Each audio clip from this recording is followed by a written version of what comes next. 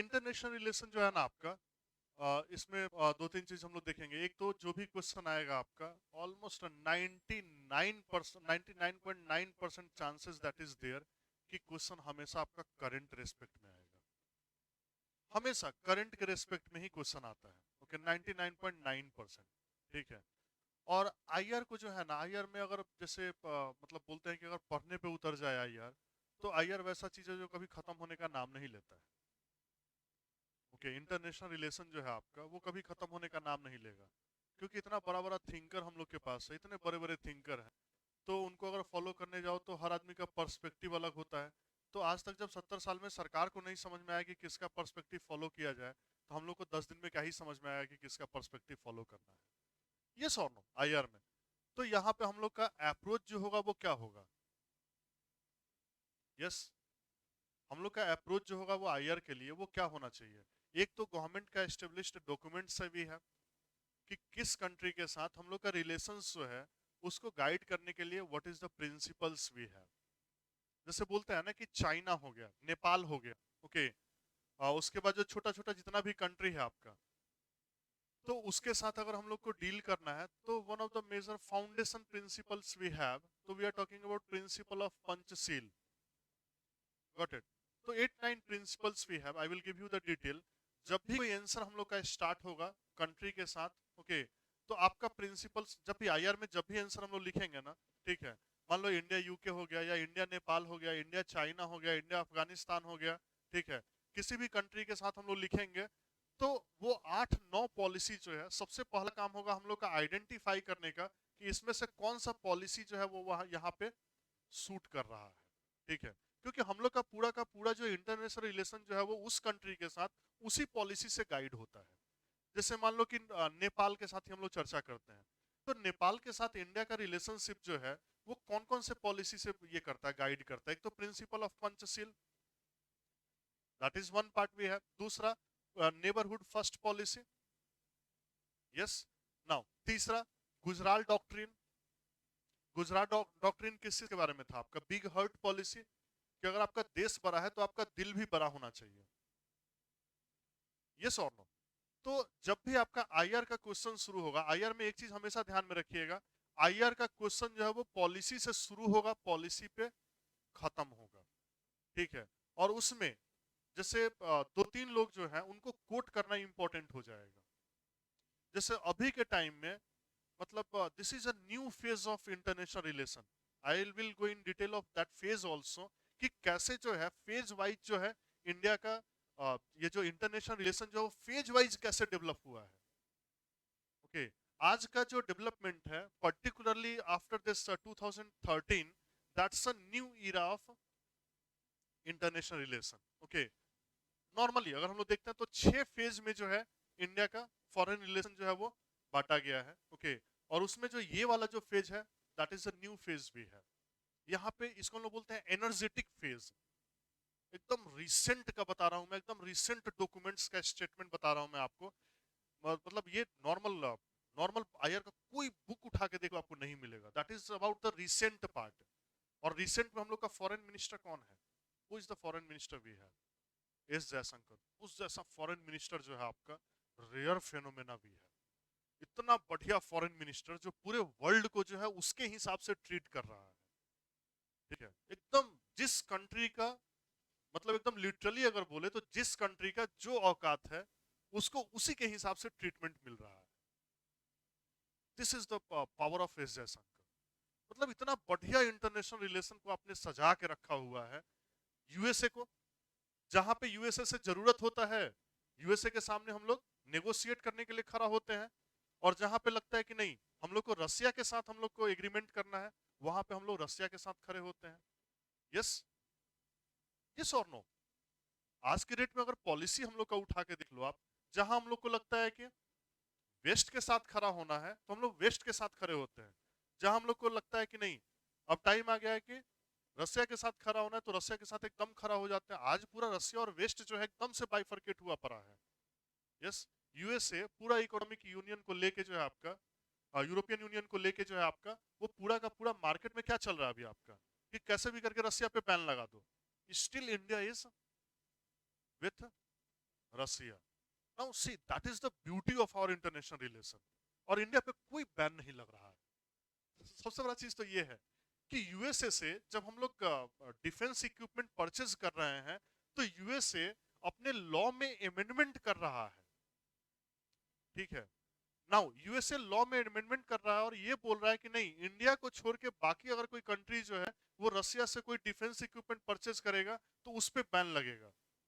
जैसे हम लोग रसिया से S-400 खरीदे ना, यस, तो जब भी सिस्टम, जैसे आप कंट्री का, जैसे यूएसए का सिस्टम लिया आपने डिफेंस सिस्टम, उसको अगर रसिया के डिफेंस सिस्टम के साथ आप काम कर रहे हैं तो कहीं ना कहीं वो कॉम्प्रोमाइज होगा।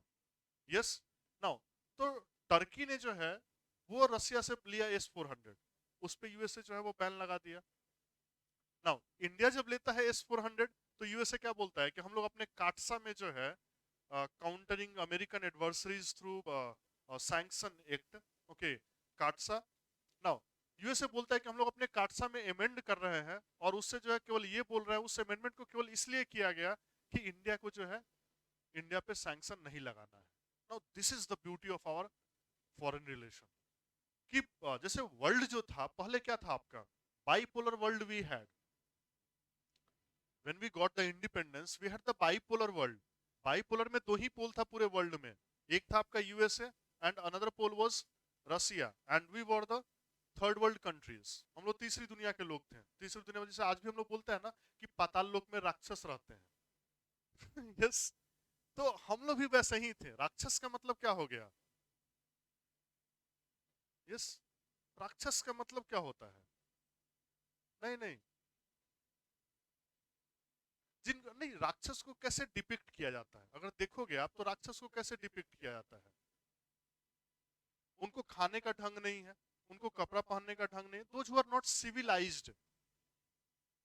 राक्षस जो है ऐसा नहीं है कि जो मतलब नॉर्मल लोग जो है वो लोग नॉनवेज नहीं खाता है, लेकिन राक्षस के खाने का तरीका अलग होता है। यस और नो? तो दे आर नॉट सिविलाइज्ड। तो हम लोग भी क्या थे? हम लोग भी उसी कैटेगरी में थे, थर्ड वर्ल्ड कंट्रीज के कैटेगरी में थे ना। उसके बाद आपका फिर यूएसएसआर का डिसइंटीग्रेशन होता है और दुनिया जो है वो यूनिपोलर हो जाता है। ठीक है, और दुनिया में एक ही पोल बचता है, that is USA. Economic reform हुआ इंडिया का, चाइना में भी डेवलपमेंट होना शुरू हुआ और now the this world became multipolar. आज के डेट में दुनिया क्या हो गया आपका? मल्टीपोलर, अलग अलग पोल है आपका। China is also one pole, Russia is another pole, European union is another pole, USA is another pole, African nation, small small nations, they are one pole we have. कि सब अगर इकट्ठा हो जाएगा तो क्या होगा? जैसे बोलते हैं ना कि रावण का खानदान, पूरा अफ्रीका जो है वो कैसा है आपका? वो पूरा का पूरा रावण का खानदान है। 53-54 कंट्रीज दे हैव। वो अगर एक साथ इकट्ठा होकर वोटिंग करता है तो उनका जस्टिफाइड होगा या नहीं होगा किसी भी टॉपिक पे? 53-53 कंट्री एक साथ खड़ा हो जाए वोटिंग करने के लिए ना, this is the weightage they have now. उसके बाद ब्राजील हो गया आपका, साउथ अमेरिकन कॉन्टिनेंट। यस, तो वर्ल्ड इज मल्टीपोलर। अब ऐसा नहीं हो गया है आपका पूरे दुनिया में कि यूएसए ने जो बोल दिया वो सब लोग मान लेंगे, यस, या रसिया ने जो बोल दिया वो पूरा का पूरा कम्युनिस्ट कंट्री जो है वो मान लेगा। This is not the condition now. अब जो है वर्ल्ड में जो है हर मतलब ये में फ्रैक्शन बना हुआ है और फ्रैक्शन जो है वो अपने हिसाब से क्या करता है, डिसाइड करता है। तो इस मल्टीपोलर वर्ल्ड में हम लोग का जो फॉरेन पॉलिसी जो है वो भी क्या है आपका? That is multifaceted foreign policies we have. Yes, say multifaceted hydra होता है ना आपका, तो हम लोग का भी फॉरेन पॉलिसी क्या है? That is multifaceted. इसके साथ डील करना होगा तो ये पॉलिसी, उसके साथ डील करना होगा तो वो पॉलिसी, तीसरे के साथ डील करना है तो तीसरा पॉलिसी। जैसे Indian ocean outreach programme, Indian ocean का जो कंट्री है आपका उसके साथ डील करने के लिए है। यस और नो? तो एक्टिस्ट पॉलिसी, एक्टिस्ट पॉलिसी पहले लुकिस्ट पॉलिसी था कि ईस्ट की तरफ, पूरब की तरफ देखना है। यस, उसके बाद हम लोग क्या बोले कि नहीं, देख तो बहुत लिए। 2014 में लुकिस्ट पॉलिसी को ट्रांसफॉर्म करके क्या बना दिया गया? एक्टिस्ट पॉलिसी बना दिया गया। यस और नो? तो वो लुकिस्ट पॉलिसी जो है वो एक्टिस्ट पॉलिसी में कन्वर्ट हो गया। तो इस तरह से क्या है आपका कि हर सेगमेंट को टच करने के लिए हम लोग के पास आज के डेट में क्या है आपका? Different different types of policies भी है। तो पूरा का पूरा जो आपका आईआर जो है ना वो उसी डोमेन में घूमेगा। ठीक है, आईआर से जब क्वेश्चन पूछा जाएगा तो नॉर्मली क्वेश्चन का नेचर क्या होता है आपका, एक तो इंस्टीट्यूशंस पे क्वेश्चन पूछा जा सकता है, क्वेश्चन का जो नेचर होता है, एक इंस्टीट्यूशंस पे क्वेश्चन आ सकता है, जैसे क्वेट पे पूछा गया था, ठीक है, एससीओ हो गया आपका, सार्क हो गया आपका, डब्ल्यूटीओ हो गया, ठीक है। तो इस तरह का एक जो क्वेश्चन होगा आपका वो इंस्टीट्यूट यूनाइटेड नेशन इटसेल्फ, जैसे reform in United nation security council, तो यूनाइटेड नेशन का काम करने का तरीका, उसका यूएनएससी का रिफॉर्म का तरीका, तो ये एक क्वेश्चन का डोमेन हो सकता है। तो एक क्वेश्चन जो है उसका डोमेन होता है आपका इंस्टीट्यूशन बेस्ड, वो ब्रिक्स का भी हो सकता है आपका, या कोई भी एक ऑर्गेनाइजेशन जो है वो पूछ लिया जाएगा। नॉर्मली जो न्यूज में होता है, जैसे जी ट्वेंटी आपका, अंगूठा क्यों चाट रहे हो?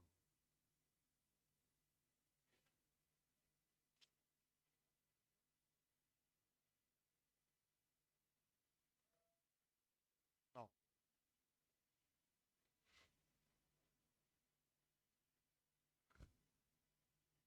ठीक, नाउ तो एक इंस्टीट्यूशन बेस्ड होता है आपका। दूसरा जो हम लोग का क्वेश्चन का जो ये होता है, वे होता है, we will go in detail, पूरे डिटेल में हम लोग जाएंगे, just an overview I am giving you.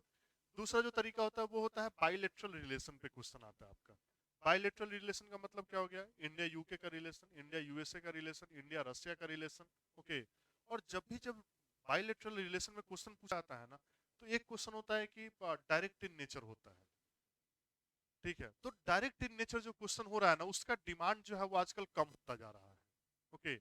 आजकल क्वेश्चन का नेचर जो हो रहा है वो इनडायरेक्ट होता जा रहा है। इनडायरेक्ट का मतलब India Russia relationship in respect of Russia Ukraine war, are you getting it? India USA relationship या India Iran relationship in respect of ongoing conflict of USA and Iran, relevance of SARC, okay, particularly in the context of ongoing India Pakistan controversy, are you getting it? कि वो simple question नहीं पूछेगा कि what is the relevance of SAARC, वो जमाना गया। अब क्या पूछेगा कि what is the relevance of SAARC particularly in context of ongoing India Pakistan conflict, क्योंकि सार्क का तो मीटिंग ही नहीं हो रहा है। क्यों नहीं हो रहा, what is the reason behind it? India Pakistan controversy, yes. तो ये सब क्या है आपका क्वेश्चन का नेचर जो है वो आपको, एक क्वेश्चन जो है वो पूछा जाएगा that is on the institution, multilateral institution होता है आपका। दूसरा क्वेश्चन का जो डिमांड होगा आपका वो कहां से आएगा आपका, that is from the this bilateral relations, okay. कि इंडिया चाइना का रिलेशन हो गया आपका, इंडिया यूएसए का हो गया आपका, इंडिया रशिया हो गया, जो भी न्यूज में जो उस साल रहेगा आपको, ठीक है, मोस्ट प्रोबेबली जो है वो वही क्वेश्चन वहां पे रिफ्लेक्ट करेगा, ठीक है। तीसरा क्वेश्चन अभी तक बीपीएससी उस लेवल पे नहीं पहुंच पाया है, but most probably section 9th में दैट मे बी देयर। एक क्वेश्चन जो है वो पॉलिसी बेस्ड भी आ सकता है आपका, relevance of this particular policy, जो भी ऑनगोइंग पॉलिसी जो है हम लोग का, तो उस पॉलिसी बेस्ड पे जो है आपका एक क्वेश्चन आपका इंस्टीट्यूशंस के बेसिस पे, और एक क्वेश्चन आपका बायलैटरल रिलेशंस के बेसिस पे पूछा जा सकता है, ओके। तो दिस इज द 3 एरियाज भी है जहां से क्वेश्चन जो है वो निकलता है। एकदम ओवरव्यू दे रहा हूं मैं। तो मैंने आपको क्या बताया कि जब भी आपको इंटरनेशनल रिलेशन करना है तो पॉलिसीज वाला पार्ट बहुत इंपॉर्टेंट है। 8-9 पॉलिसी है हम लोग का, और वो पॉलिसी हमेशा आपके दिमाग में, just write down policy we have, ये सब सब डिटेल में जाएंगे। जस्ट एक ओवरव्यू दे रहा हूं मैं आपको। First act east policy,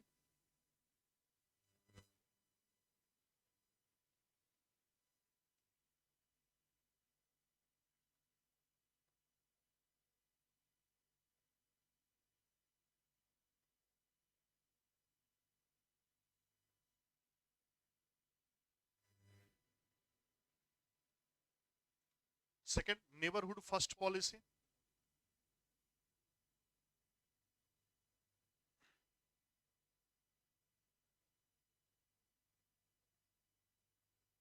neighbourhood first policy.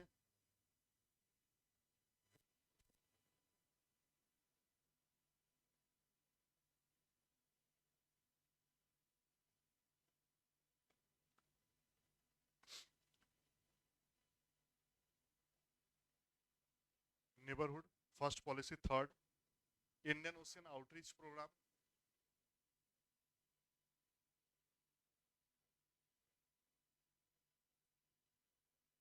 Indian ocean outreach programme,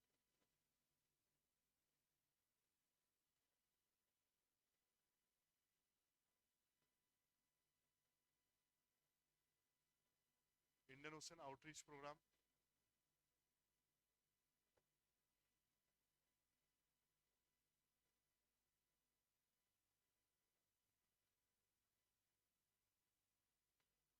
fourth भी है fast track diplomacy,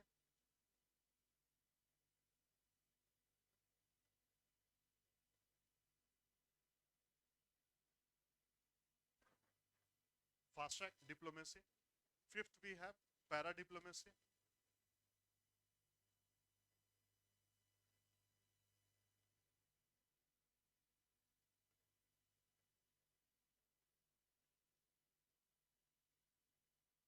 para diplomacy. Sixth भी है लिंक वेस्ट पॉलिसी,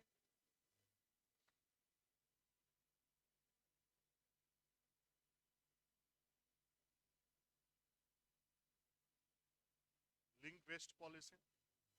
सेवेंथ भी है connect central Asia policy,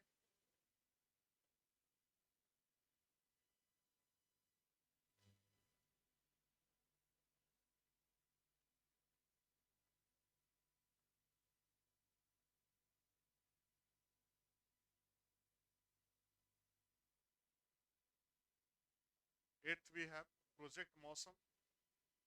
project मौसम क्या है? प्रोजेक्ट मौसम क्या है? जैसे मौसम समय के साथ बदल जाता है, हम लोग का डिप्लोमेसी भी समय के साथ क्या हो जाएगा, यही है ना? व्हाट इज प्रोजेक्ट मौसम? प्रोजेक्ट मौसम जो है आपका, जैसे एंशियंट में ट्रेड जो होता था ना, वो मौसम के हिसाब से होता था। ट्रेड विंड जो है उसका डायरेक्शन जो है वो क्या हो जाता था, अपोजिट हो जाता था। तो जब ट्रेड विंड इस तरह से होगा आपका, तो इधर से शिप आएगा, और जब ट्रेड विंड का डायरेक्शन ये हो जाएगा तो शिप इधर से वापस लौट जाएगा। ओके, तो उसके हिसाब से जो हम लोग का ट्रेड था, तो उसको हम लोग सोच रहे हैं रिजुविनेट करने का। और इसको रिजुविनेट करने का रीजन क्या है आपका? चाइना का जो पॉलिसी है आपका मैरीटाइम सिल्क रूट, ओके, और स्ट्रिंग ऑफ पॉल जो तैयार कर रहा है आपका, तो उसको हम लोग काउंटर करने के लिए क्या कर रहे हैं, अपना पॉलिसी लेके आए हैं प्रोजेक्ट मौसम। ओके, तो उसमें जो भी आपका इंडियन ओशन में जो कंट्रीज जो है आपका, जिसके साथ हम लोग का पहले ट्रेड होता था, तो वहां पे हम लोग क्या करेंगे? यस, वहां पे हम लोग अपना अपना छोटा छोटा जो है वो पोर्ट्स वगैरह डेवलप करेंगे, और उनके साथ रिलेशंस को जो है वो स्ट्रॉन्ग किया जाएगा। तो that is the things we have, that is project Mausam. Okay, मौसम के हिसाब से पलटी मारने वाला काम नहीं। Now ninth we have cooperation with Pacific Islands, cooperation with Pacific Islands,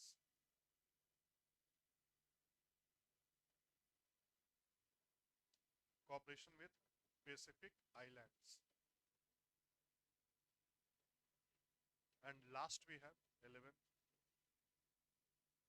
10th, 11th जो भी हो, 10th principle of Panchasheel,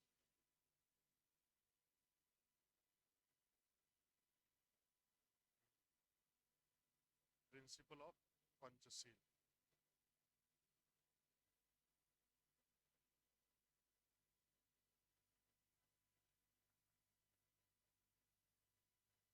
और उससे पहले क्या बताया था मैंने आपको? एक ninth cooperation with,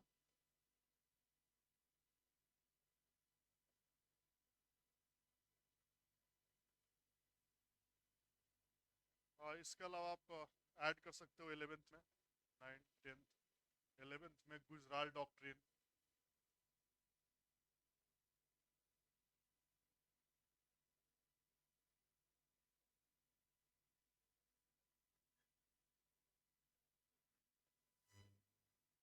Gujral doctrine.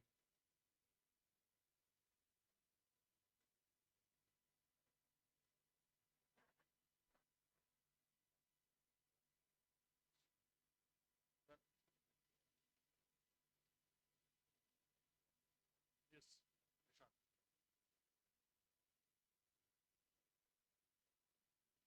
South south cooperation, south south corporation,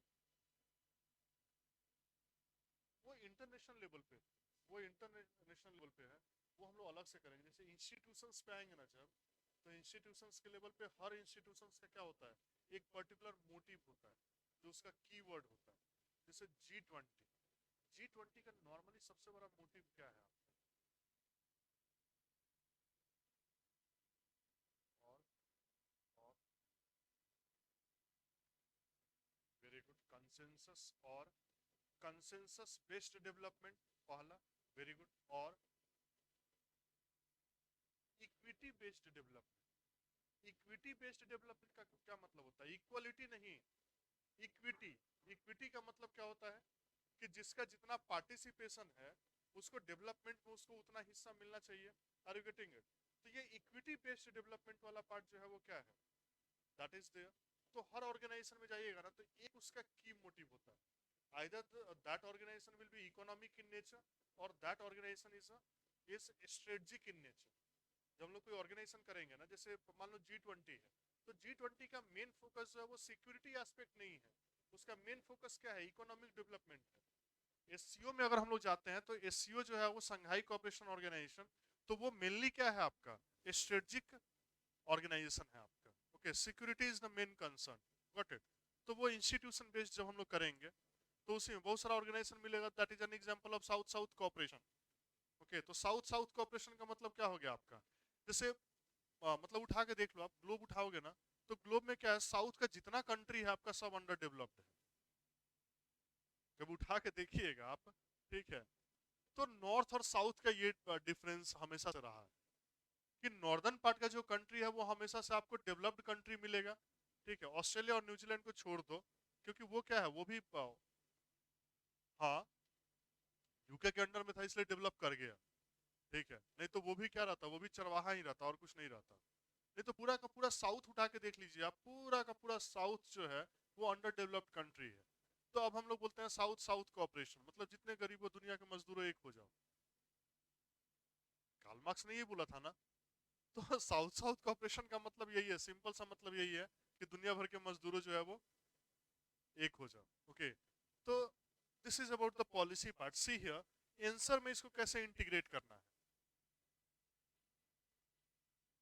just एक ओवरव्यू दे रहा हूं मैं, ठीक है। आंसर में कैसे इंटीग्रेट आपको, मान लो क्वेश्चन आ गया इंडिया म्यांमार के रिलेशनशिप का या इंडिया भूटान के रिलेशनशिप का, ठीक है। कोई भी अगर नेबर वाला पार्ट है आपका, उसका क्वेश्चन आ गया, आप अगर आपका जैसे म्यांमार ही मान लो या बांग्लादेश ही मान लो, ठीक है। कोई भी एक कंट्री जो नेबरहुड में है, तो वहां पे आंसर जो आपका स्टार्ट होगा वो कैसे होगा, सी है India Bangladesh relationship is guided bye, first thing is that is always in your mind is what, कहा गया, नहीं नहीं रुको रुको, ये है ना आपका principal of Panchsheel. Okay, principal of Panchsheel के बारे में एक बेसिक आइडिया है आप लोग को, नहीं है। से 5 प्रिंसिपल जो है वो बनाया गया था, ओके 1954 के आसपास पहली बार डॉक्यूमेंट में आया था। साइनो इंडियन एग्रीमेंट हुआ था आपका, इंडिया और चाइना का एग्रीमेंट हुआ था, तो उसमें पहली बार जो कोनोटेशन आया ना आपका कि इंडिया चाइना भाई भाई, इसी का दिन। तो इसमें बोला गया था कि कोई भी कंट्री जो है वो एक दूसरे के डोमेन में इंटरफेयर नहीं करेगा, कोई भी कंट्री जो है वो दूसरे कंट्री के नेशनल सिक्योरिटी, इंटीग्रिटी और सॉवरेनिटी के साथ कॉम्प्रोमाइज नहीं करेगा। Okay, so these are the words we have in this principle of Panchsheel. तो जब भी हम लोग किसी भी पड़ोसी के साथ डील करते हैं, खासकर कोई छोटा कंट्री होता है, तो हम लोग के दिमाग में क्या होता है, principal of Panchsheel, non interference वाला पार्ट जो है, that is the key word of principal of Panchsheel. तो अगर हम लोग को मान लो कि इंडिया और भूटान का मतलब ये करना है, क्वेश्चन हैंडल करना है, तो एक नॉर्मल तरीका होता है आपका आंसर लिखने का कि India Bhutan is this this this this this sharing this border this border this border. IR का क्वेश्चन लिखने का तरीका वो नहीं होता। आईआर का क्वेश्चन का लिखने का तरीका क्या है आपका, कि India Bangladesh relationship is guided by principle of Panchsheel which is based upon non-interference in one another's territorial integrity and sovereignty. Together with it, it is also guided by India's neighborhood first policy. Got it? That is the introduction. कि IR का question जो शुरू होगा आपका वो policy से शुरू होगा, नाउ जब एकदम कंक्लूड करने जाएंगे सारा आंसर लिखने के बाद, तो whenever we are dealing with the Bangladesh, we must keep in mind the Gujral doctrine, which is focused upon big hurt policy. Got it? तो आपका आंसर कहां से शुरू हो रहा है? पॉलिसी के साथ शुरू हुआ, और आपका आंसर जो है वो खत्म कहां से हो रहा है? पॉलिसी के साथ खत्म हो रहा है। आप आईआर का कोई भी डॉक्यूमेंट्स उठा के देख लो, ठीक है, किसी भी कंट्री के बारे में जब इंडिया जब देखेंगे ना, ऑफिशियल डॉक्यूमेंट्स देखेंगे, तो वहां पे इनिशियली ये मेंशन किया जाता है। अगर इंडिया बांग्लादेश का ऑफिशियल डॉक्यूमेंट उठा के देखे कि हम लोग का मतलब कैसे इंडिया बांग्लादेश का रिलेशनशिप जो होगा, तो वहां पे मतलब ऐसे स्टार्ट किया जाता है उस डॉक्यूमेंट्स को कि India Bangladesh relationship is guided by this policy, because that is the fundamentals we have. जब तक फंडामेंटल्स नहीं होगा, जैसे India Pakistan relationship is guided by what? Yes, एक तो होता है म्यूचुअल ट्रस्ट, एक होता है there is no trust. Yes, you can not trust them. Yes, तो सबसे बड़ा चीज जो होता है वो क्या है आपका, कि इंडिया और पाकिस्तान जो है वहां पे सबसे बड़ा इशू जो है वो क्या है आपका? Trust deficit. ओके, उससे बड़ा इशू कुछ भी नहीं है। और वो ट्रस्ट डिफिसिट होता कैसे है आपका? एक तरफ जो है लाहौर में बस यात्रा चल रहा था, और दूसरी तरफ कारगिल में वो लोग घुस रहे थे। That is the trust deficit we have. Yes, एक तरफ जो है जब भी हम लोग पीसफुल टॉक के लिए जाते हैं, दूसरी तरफ कोई ना कोई टेररिस्ट अटैक होता है। That is the trust deficit we have. Yes, international forum में चले जाओ, जहाँ कहीं भी बोलो कि मुझे ये चाहिए, मेरा एक आंख अंधा हो जाए, तो पाकिस्तान बिना सोचे बोलेगा मेरा दोनों आंख हो जाए।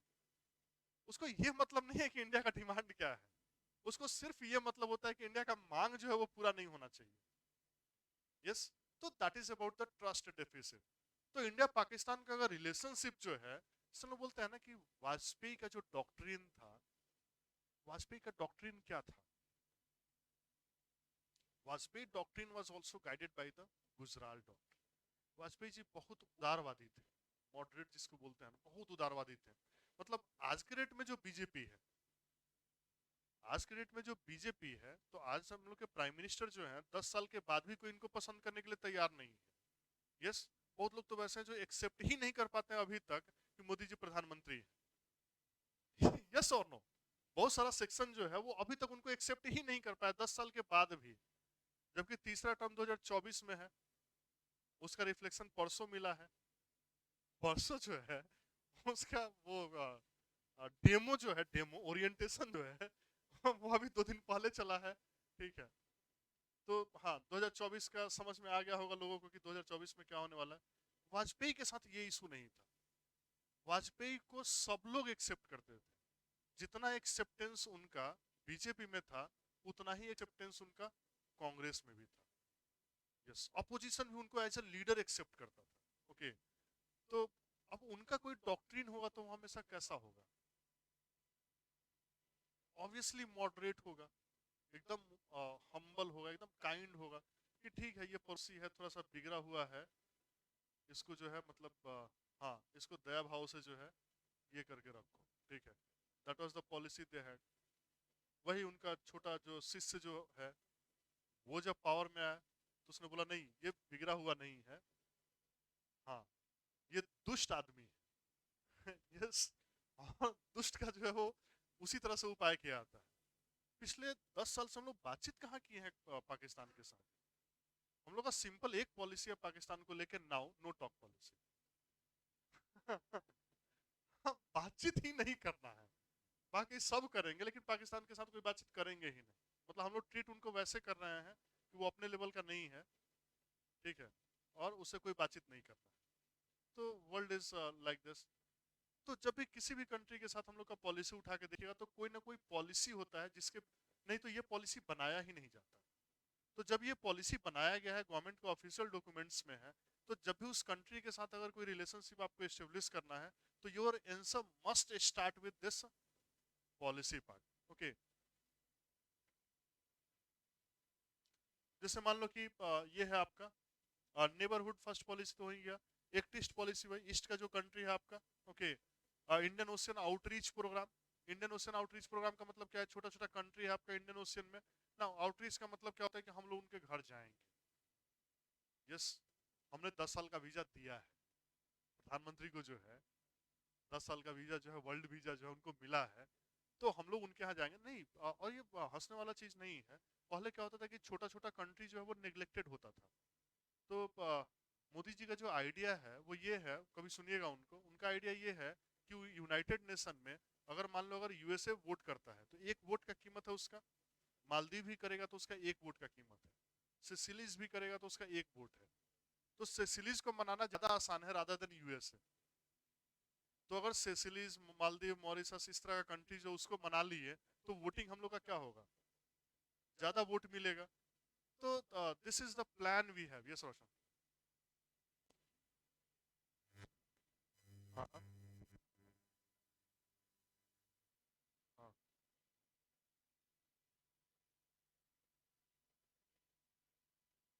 तो